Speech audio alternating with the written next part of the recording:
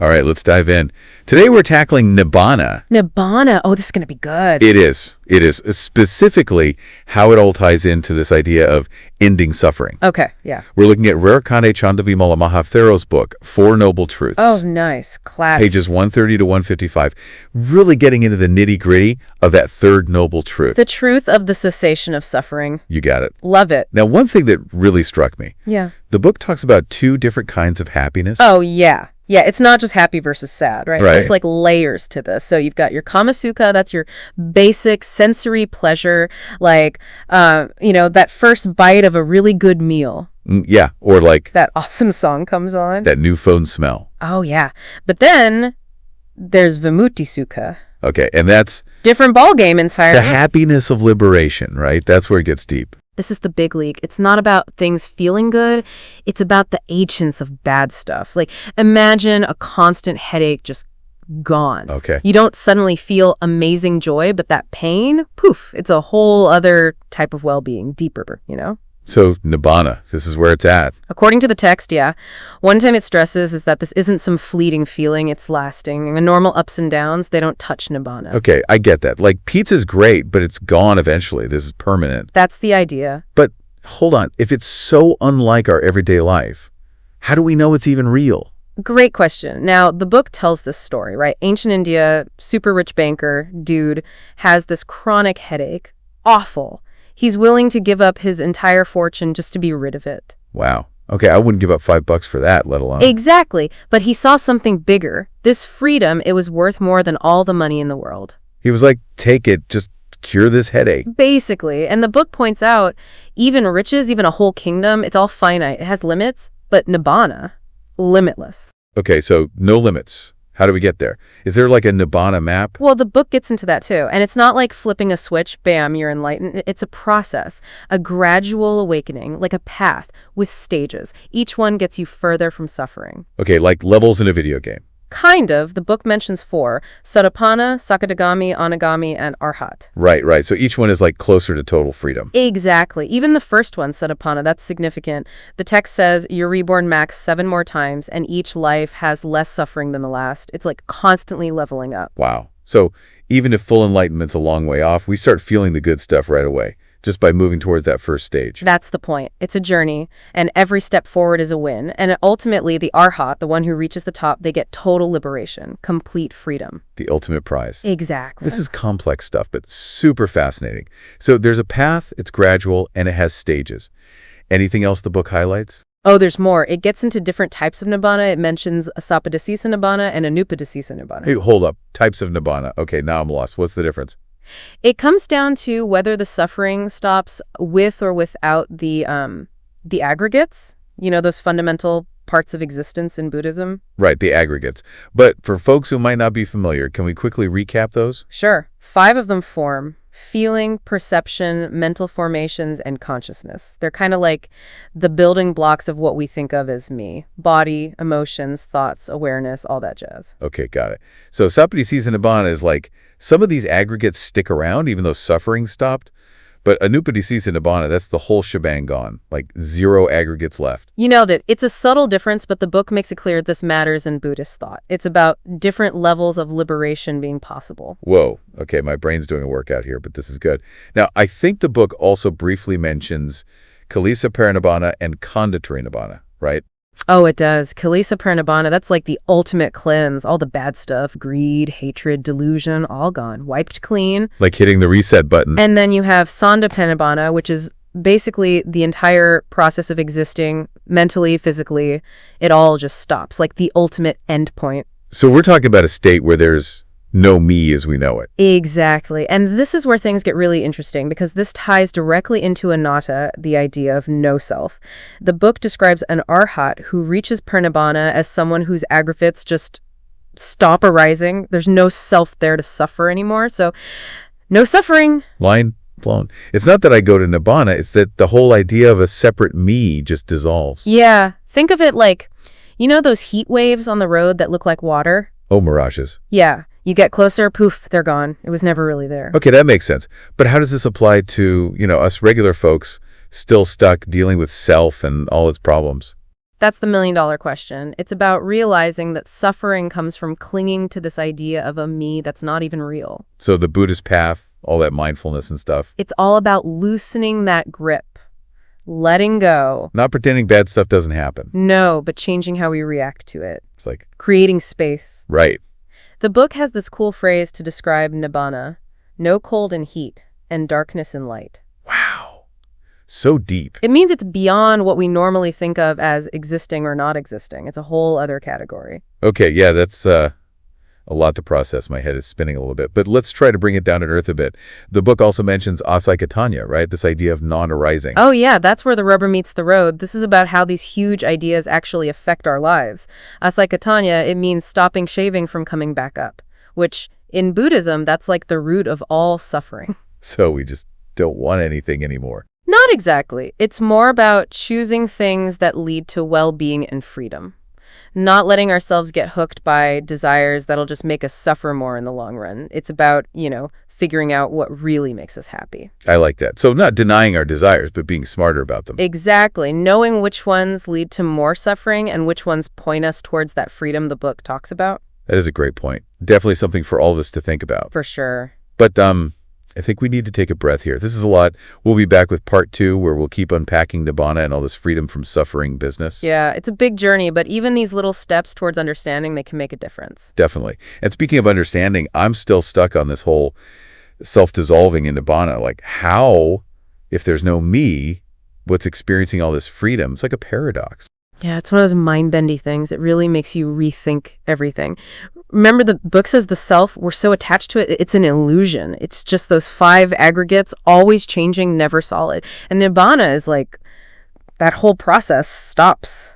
So it's not that a self goes to nibbana, it's that that makes the self just disappears, like poof. Yeah, like a mirage. You know those heat waves on the road that look like water? You get closer, they vanish. They were never really there. Ah, okay, I see. But so how does this relate to us right here, right now? We're still dealing with self and all its baggage. That's where the real work comes in. The book's saying that suffering is all about clinging to this fake idea of self. So liberation, it's about letting go. That's what the whole Buddhist path is about, right? Mindfulness, meditation, all that. Exactly. It's about loosening that grip on the me story. So we're not saying our experiences aren't real. Pain, loss, all that stuff still happen. Of course. But we can learn to handle them differently. Without getting so swept up in them. Yeah, it's about recognizing that everything is impermanent. Our thoughts, feelings, even our bodies, they're always changing. Which ties back into anatta. No self. If it's all in flux, there's no solid me to hold on to. You got it. And when we start letting go of that clinging, suffering loosens its hold. It's not that the tough stuff goes away, but we don't get so wrapped up in it. Exactly. You create this space, like the book uses the image of a clear sky.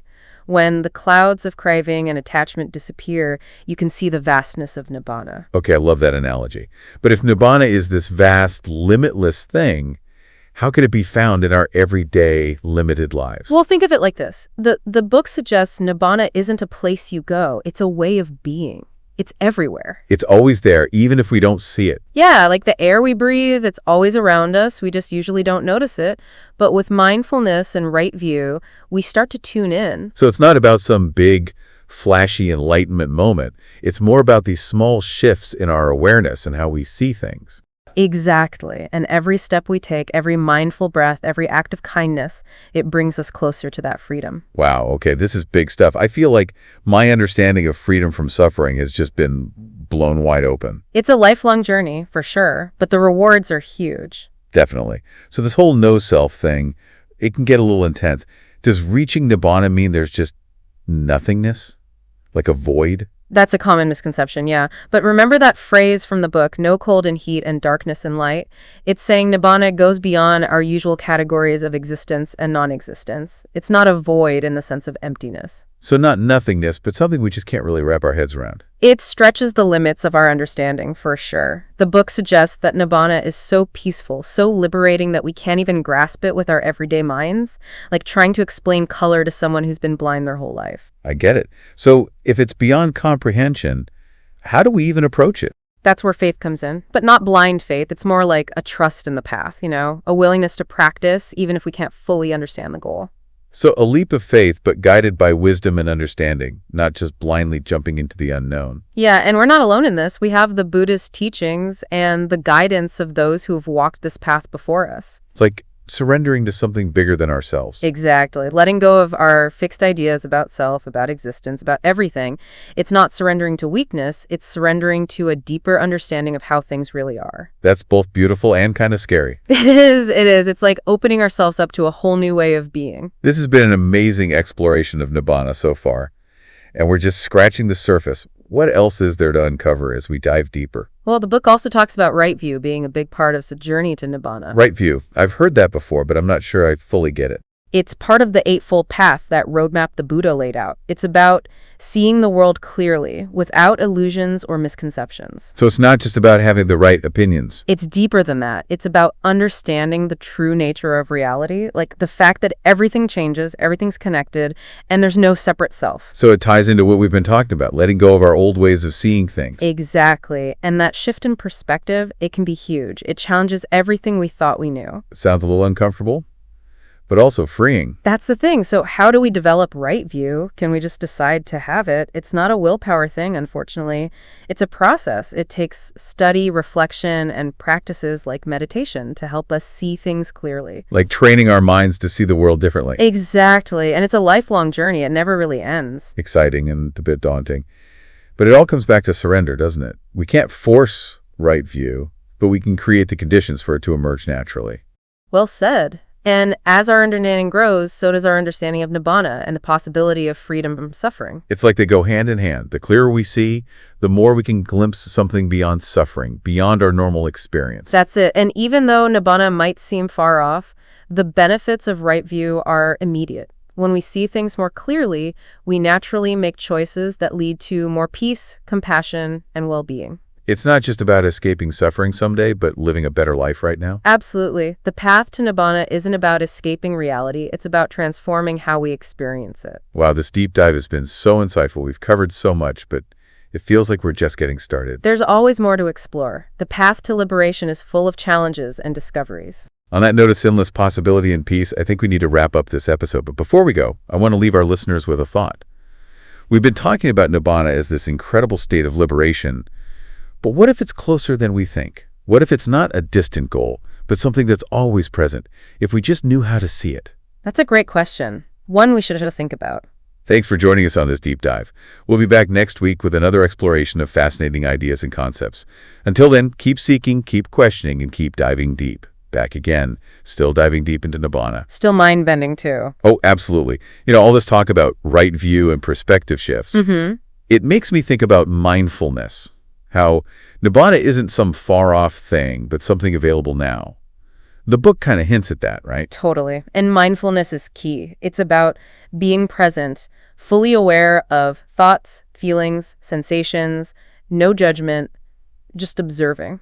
So instead of getting lost in our heads or chasing after whatever feels good, we can find peace just by paying attention to what is right here, right now. And as we get more mindful, we start seeing impermanence firsthand. Everything's changing all the time. Thoughts, emotions, even our bodies, nothing stays the same. Which connects to anatta. If it's all in flux, there's no solid me to cling to. Exactly. And as that clinging loosens, so does suffering. It's not that bad stuff stops happening, but we react differently. Less drama, More space between us and the experience. Yes. The book uses a great analogy, a clear sky.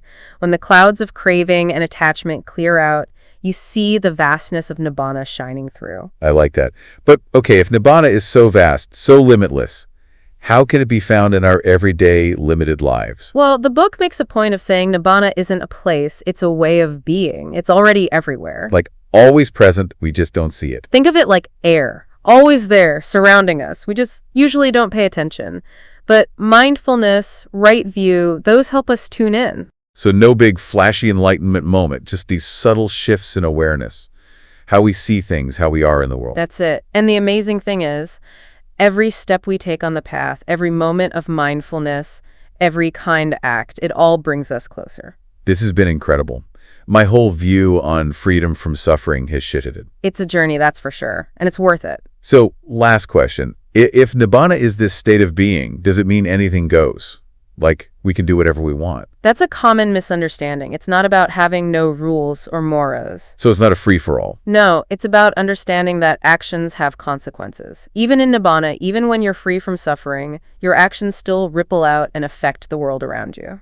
So even enlightened beings still have to be mindful of how they act. Absolutely. In fact, I'd say it becomes even more important because with greater understanding comes greater responsibility. That makes sense. It's not about checking out of life, but engaging with it in a more compassionate and wise way. You got it. This deep dive has been truly eye-opening. Thanks for exploring these ideas with me. Anytime. It's always a pleasure to talk about this stuff. And to our listeners, thank you for joining us. We hope this exploration of Nibbana has sparked some curiosity, some new insights, maybe even a little shift in perspective. Until next time, keep seeking, keep questioning, and keep diving deep. 7018